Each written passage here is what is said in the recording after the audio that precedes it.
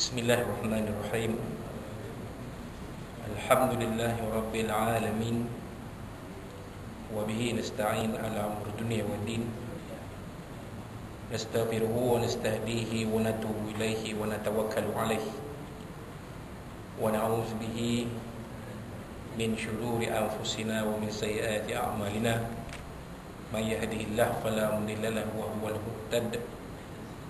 ومن يضلل فلن تجد له وليا مرشدا ولا هادي له أشهد أن لا إله إلا الله وحده لا شريك له وأشهد أن سيدنا محمدا عبده ورسوله اللهم صل وسلم وبارك على هذا النبي الكريم سيدنا وحبيبنا وشفيعنا وزورنا ومولانا محمد المصطفى وعلى آله وصحبه ومن دعا بدعوته وتمسك بسنته وجاهد في سبيل الله إلى يوم الدين. رب اشرح لي صدري ويسر لي أمري واحلل عقدة من لساني يفقهوا قولي. سبحانك لا علم لنا إلا ما علمتنا إنك أنت العليم الحكيم ولا حول ولا قوة إلا بالله العلي العظيم. اللهم افتح علينا حكمتك وانشر علينا من خزائن رحمتك يا أرحم الراحمين. اللهم أرنا الحق حقا وارزقنا اتباعه وأرنا الباطل باطلا وارزقنا اجتنابه. قال الله سبحانه وتعالى في كتابه العزيز أعوذ بالله من الشيطان الرجيم يا أيها الذين آمنوا أطيعوا الله وأطيعوا الرسول وأولي الأمر منكم فإن تنازعتم في شيء فردوه إلى الله والرسول إن كنتم تؤمنون بالله واليوم الآخر ذلك خير وأحسن تأويلا. صدق الله العظيم. وقال نبينا سيدنا محمد صلى الله عليه وصحبه وسلم بلغوا عني ولو آية وحدثوا عن بني إسرائيل ولا حرج ومن كذب علي متعمدا فليتبوأ مقعده من النار أو كما قال صدق رسول الله صلى الله عليه وسلم. Tuan-tuan, puan-puan, muslimin muslimat sekalian rahimakumullah, Assalamualaikum warahmatullahi wabarakatuh.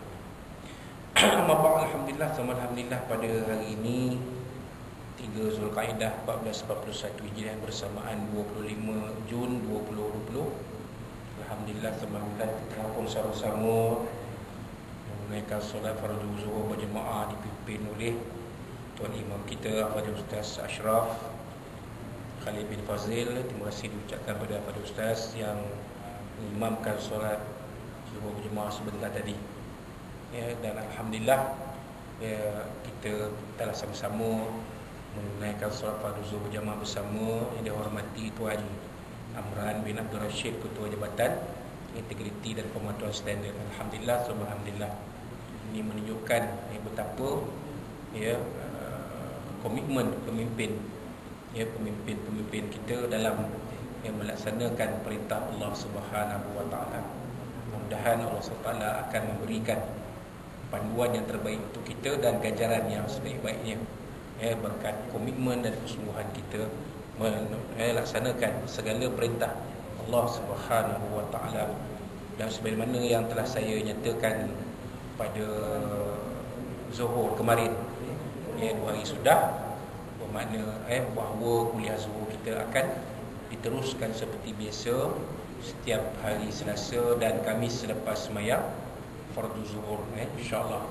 Jadi kita ambil sedikit masa untuk kita sama-sama berkongsi sedikit ilmu, insya-Allah. Dan pada hari ini kita akan menyempurnakan kupasan kitab Iqdul Jawharith Thamin fi Arba'ina Hadithan min Ahadits Sayyidil Mursalin sallallahu alaihi wasallam, ataupun lebih dikenali sebagai kitab Al-Arba'un Al-Ajluniyah wa hiya sanadun li kutubi sunnatin nabawiyah, yang disusun oleh Al-Imam Ismail bin Muhammad Al-Ajluni rahimahullah ta'ala. Kerana apa, tuan-tuan? Kerana kita sampai kepada Al-Kitabul Arba'un, hadis yang ke-40 dalam kitab kompilasi hadis ini. InsyaAllah pada kuliah mula minggu hadapan kita akan kupas insya-Allah 2 kitab, kitab istilah yang ringkas sahaja di dalam ilmu Al-Quranul Karim dan ilmu fiqh ataupun fiqh. Kitabnya kalau ilmu fiqh, ilmu fiqh ialah kitab Safinatun Najah. Kitab Safinatun Najah, simple saja kitab dia. Susunan pun ringkas sesuai untuk kita. Tidak berat. Sekadar mula ilmu-ilmu fiqh, ilmu fardu ain yang kita pernah belajar dahulu. Manakala untuk ilmu Al-Quran kita akan mengupas kandungan sebuah kitab yang mensyarahkan matan-matan ataupun lafaz-lafaz tulisan-tulisan syair Imam Ibnu Al-Jazari rahimahullah taala berkaitan dengan ilmu tajwid Al-Quran. Jadi kita kupas sajalah. Kalau nak belajar betul-betul tajwid Al-Quran ni, dia kena ada kelas kita insya-Allah. Akan diadakan kelas penguasaan Al-Quran. Tetapi untuk kita kongsikan ilmu tajwid itu untuk pengetahuan tuan-tuan puan-puan tidak menjadi masalah untuk dikongsikan dalam kuliah zuhur ini insya-Allah. Jadi untuk sebagai melengkapkan kupasan kitab Iqra Jawharith Thamin ini, hadis yang ke-40 dipetik, menyusun kitab ini memetik dari kitab dari perbincangan berkaitan Amalul Yaumi wal Lailah li Ibn Abi Sunni, sebuah hadis yang diambil oleh dimuatkan oleh Imam Ibnu Sunni. Qala al-Imam Abu Bakar Ahmad bin Muhammad telah berkata al-Imam Abu Bakrin. Abu Bakrin ini kunyah ataupun gelaran kan, Abu Bakrin ini adalah kunyah ataupun gelaran, seperti mana juga Sayyidina Abu Bakar As-Siddiq radhiyallahu anhu itu pun adalah kunyah atau gelaran sebenarnya. Sebenarnya nama Sayyidina Abu Bakar yang sebenar ialah Muhammad bin Abi Quhafah. Jadi itu nama itu tak dikenali. Yang lebih dikenali ialah Abu Bakrin As-Siddiq radhiyallahu anhu. Di sini pun sama. Abu Bakrin itu gelaran. Nama sebenar ialah Ahmad bin Muhammad Al-Ma'ruf yang dikenali sebagai Ibn Sunni. Gelarannya ialah Imam Ibnu Sunni. Dalam kitabnya bab fi bab hifzil lisan wa istighalihi bi zikrillah taala, dalam bab menjaga lisan, menjaga lidah dan menyibukkannya dengan zikrullah. Jadi penyusun kita Imam Abu Bakar Ahmad bin Muhammad Ibnu Sunni ini memetik sebuah hadis dalam membicarakan bab menjaga lidah dan menyibukkannya dengan zikrullah. Maka Imam Ahmad bin Muhammad ini memetik sebuah hadis, memasukkan dalam kitabnya. Hadis itu diambil pula oleh Imam Ismail bin Muhammad Al-Ajluni, masuk dalam kitab Iqra Jawharith Thamin ini. Hadis dia diriwayatkan dari Muaz bin Jabal radhiyallahu anhu. Hadis yang diambil diriwayatkan daripada Sayyidina Muaz bin Jabal radhiyallahu anhu. Siapakah Sayyidina Muaz bin Jabal radhiyallahu anhu? Seorang sahabat Nabi yang rapat dengan Nabi SAW dan seorang yang faqih, seorang yang faqih, seorang yang alim. Maka Nabi SAW melantik Sayyidina Muaz bin Jabal ini menjadi mufti di Yaman, menjadi pegawai agama, jadi mufti di Yaman. Waktu tu Yaman baru lagi, penduduk Yaman baru lagi memeluk agama Islam. Jadi perlukan seorang mufti, seorang qadi, seorang yang alim dalam ilmu agama untuk memimpin mereka yang beragama Islam di Yaman ketika itu. Maka Nabi SAW memilih Sayyidina Muaz bin Jabal radhiyallahu anhu. Maka sebelum Nabi menghantar Sayyidina Muaz bin Jabal lalu Nabi menemuduga dulu Sayyidina Muaz sebelum bagi tauliah. Ini dia. Ada orang tanya, kenapa nak ustaz-ustaz yang mengajar di Majlis Surah perlu tauliah? Zaman Nabi tak ada tauliah ni ustaz, kata. Tuan, tak ada. Zaman Nabi tak ada tauliah ni. Kita tauliah ni orang putih yang buat. Ini adalah kerja jahat orang putih nak sekat agama Islam. Tak nak orang orang-orang yang ada ilmu bersuara menyampaikan ilmu agama, maka disekat dengan cara tauliah. Sebenarnya pandangan mereka itu tidak tepat, sebab tauliah ni dah ada zaman Nabi SAW. Apa buktinya? Buktinya peristiwa Nabi SAW sebelum beri tauliah kepada Sayyidina Muaz bin Jabal sebagai mufti di Yaman, Nabi SAW temuduga Muaz dulu. Nabi tanya 3 soalan. Soalan pertama, kalaulah orang tanya kamu, wahai Muaz, sesuatu masalah, kamu nak rujuk mana? Nak rujuk apa untuk jawab masalah itu? Kata Muaz, aku akan rujuk dulu kepada di dalam Al-Quran. Aku akan rujuk jawapannya di dalam Al-Quran. Nabi SAW tanya, kalau dalam Quran cari-cari tak jumpa, kamu nak rujuk di mana? Sayyidina Muaz bin Jabal kata, aku akan rujuk di dalam hadis-hadismu ya Rasulullah. Kata Nabi SAW, kalau dalam hadis-hadis aku pun tak ada juga, cari-cari tak ada juga jawapan dia. Jadi apa yang kamu nak buat? Maka Sayyidina Muaz bin Jabal kata, aku akan berijtihad, aku akan berusaha mencari jawapannya sendiri, berpandu kepada Al-Quran dan hadis-hadismu ya Rasulullah, dan aku tidak akan terpesong, tidak akan menyeleweng daripada ajaran Allah dan ajaranmu ya Rasulullah. Maka Nabi SAW bila Sayyidina Muaz bin Jabal jawab macam tu, Nabi SAW meletakkan meletakkan tangannya di dada Muaz, kan, sambil berkata, ya, alhamdulillah, segala puji bagi Allah yang memberi taufik dan hidayah kepadamu wahai Muaz. Nampak? Jadi tauliah ni bukan benda bid'ah, bukan benda reka-reka, benda adalah sunnah dari Nabi SAW. Jadi macam kami ustaz-ustaz diberi tauliah oleh pihak berkuasa agama, itu menepati apa yang dilakukan oleh Nabi SAW. Itu sedikit nak cerita tentang Sayyidina Muaz bin Jabal radhiyallahu anhu. Qala, kata beliau, akhiru kalimatan faraqtu 'alaiha Rasulullah sallallahu alaihi wasallam. Akhir-akhir kalam, kalimat akhir yang aku berpisah dengan Rasulullah SAW atasnya. Apakah maksudnya? Apakah kata-kata Nabi SAW yang akhir yang Sayyidina Muaz dengar dari Nabi SAW? Tak dinyatakan di sini sama ada kalimah akhir itu sebelum Muaz ni pergi jadi mufti di Yaman, ataupun kalimah akhir ni maknanya ketika Nabi SAW di penghujung hayat baginda. Tak dinyatakan di sini. Tak dinyatakan di sini. Yang nyata dan jelas ialah Sayyidina Muaz kata, kata-kata terakhir yang dilafazkan Nabi SAW kepada beliau waktu beliau bertanya kepada Nabi SAW. Apa dia? Qultu ya Rasulullah, akhbirni bi ahabbil a'mali ila Allah azza wa jalla.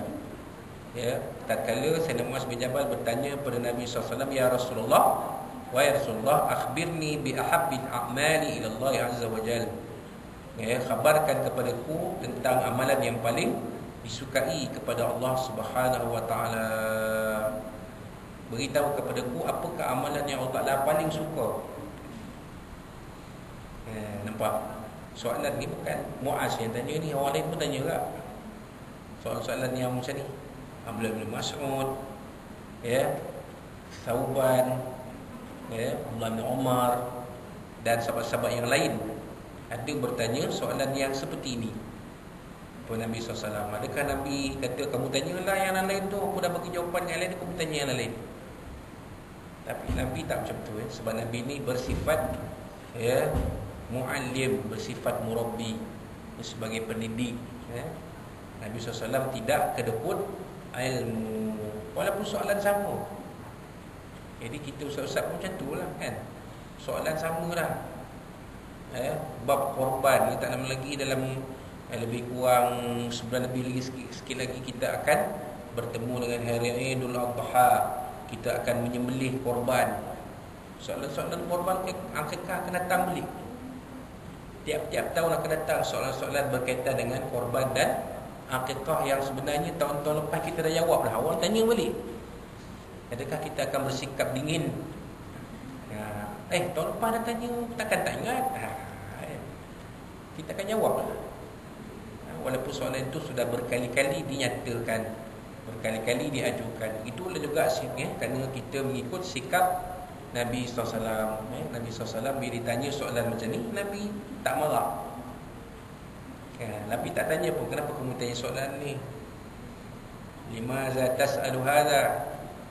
Tak ada. Nabi tak pernah sebut macam tu. Nabi jawab. Apa dia? Yang dijawab Nabi SAW. Qala anta muta wa lisanaka ratabun min zikrillahi azza wa jalla. Apa dia tuan-tuan? Kamu mati dalam keadaan lidah kamu basah. Ratabun, kurma rutab tu kan basah kan, lembab je, tak kering.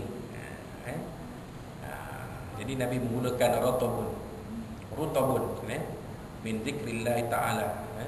Kamu mati dalam keadaan sedangkan lidah kamu basah dari mengingati Allah Subhanahu wa taala. Jadi kita ni, apakah mesej Nabi?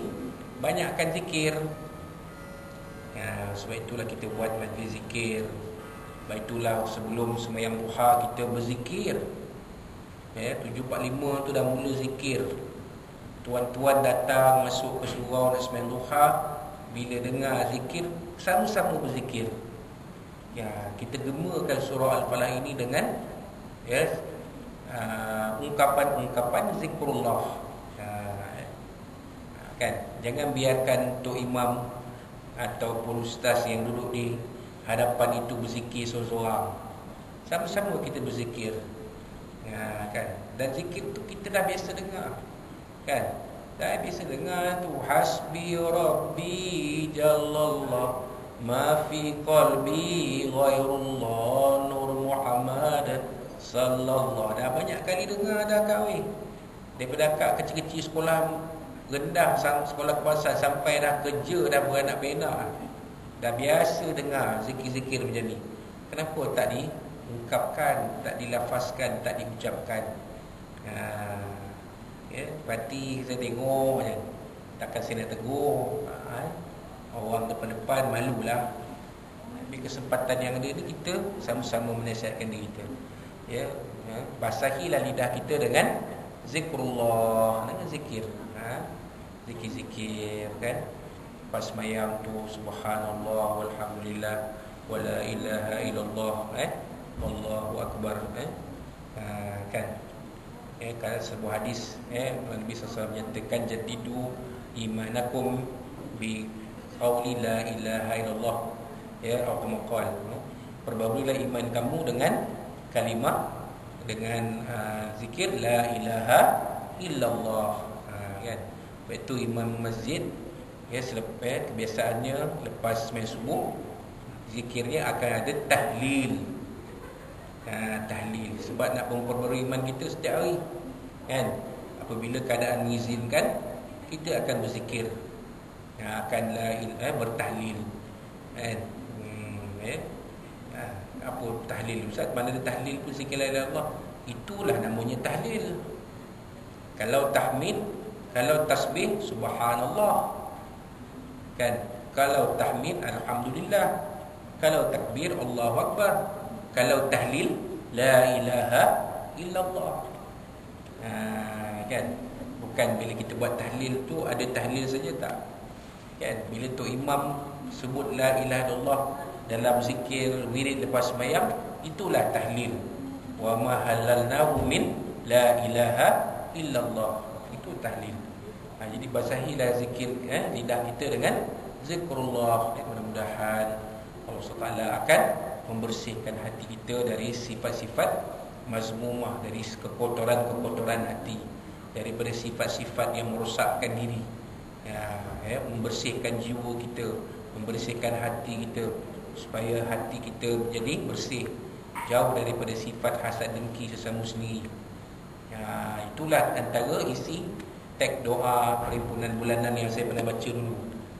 Jauhkan ya Allah dari sifat khianat mengkhianati antara sesama sendiri, kan? Kerana benda ni boleh berlaku sebenarnya. Tapi bagaimana nak elakkan? Kita banyakkan zikrullah, ya Kak, banyakkan zikrullah. Bawang tu bawang juga, zikrullah jangan tinggal, Kak, ya. Itu dia.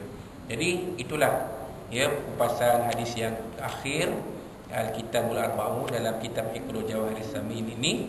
Maka kita tutuplah kupasan kitab Iqra' Jawahirus Samin ini, ya, dan mudah-mudahan selama kita mengupas 40 hadis dalam kitab Iqra' Jawahirus Samin ini akan ada manfaatnya untuk tuan-tuan dan perempuan. Kalau terlupa, boleh tengok balik dalam YouTube, dalam channel Surah Al-Falah. Tengok dekat video kuliah Zuhur tu, boleh tengok situ, daripada hadis yang pertama sampailah hadis yang ke-40, Kerana mula minggu depan kita akan kupas kedua kitab, bukan lagi kitab hadis, tapi kitab fiqh dan kitab tajwid Al-Quran. Kita akan kupas untuk tuan-tuan dan puan-puan yang kita kongsi sedikit ilmu yang ada, insya-Allah.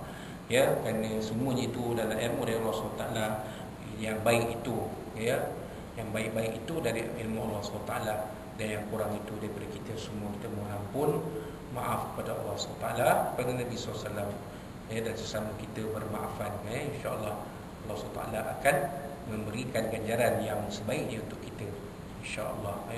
Wallahu subhanahu wa ta'ala fikum qul qala azza wa jalla billahi taufiq. Wassalamualaikum warahmatullahi wabarakatuh.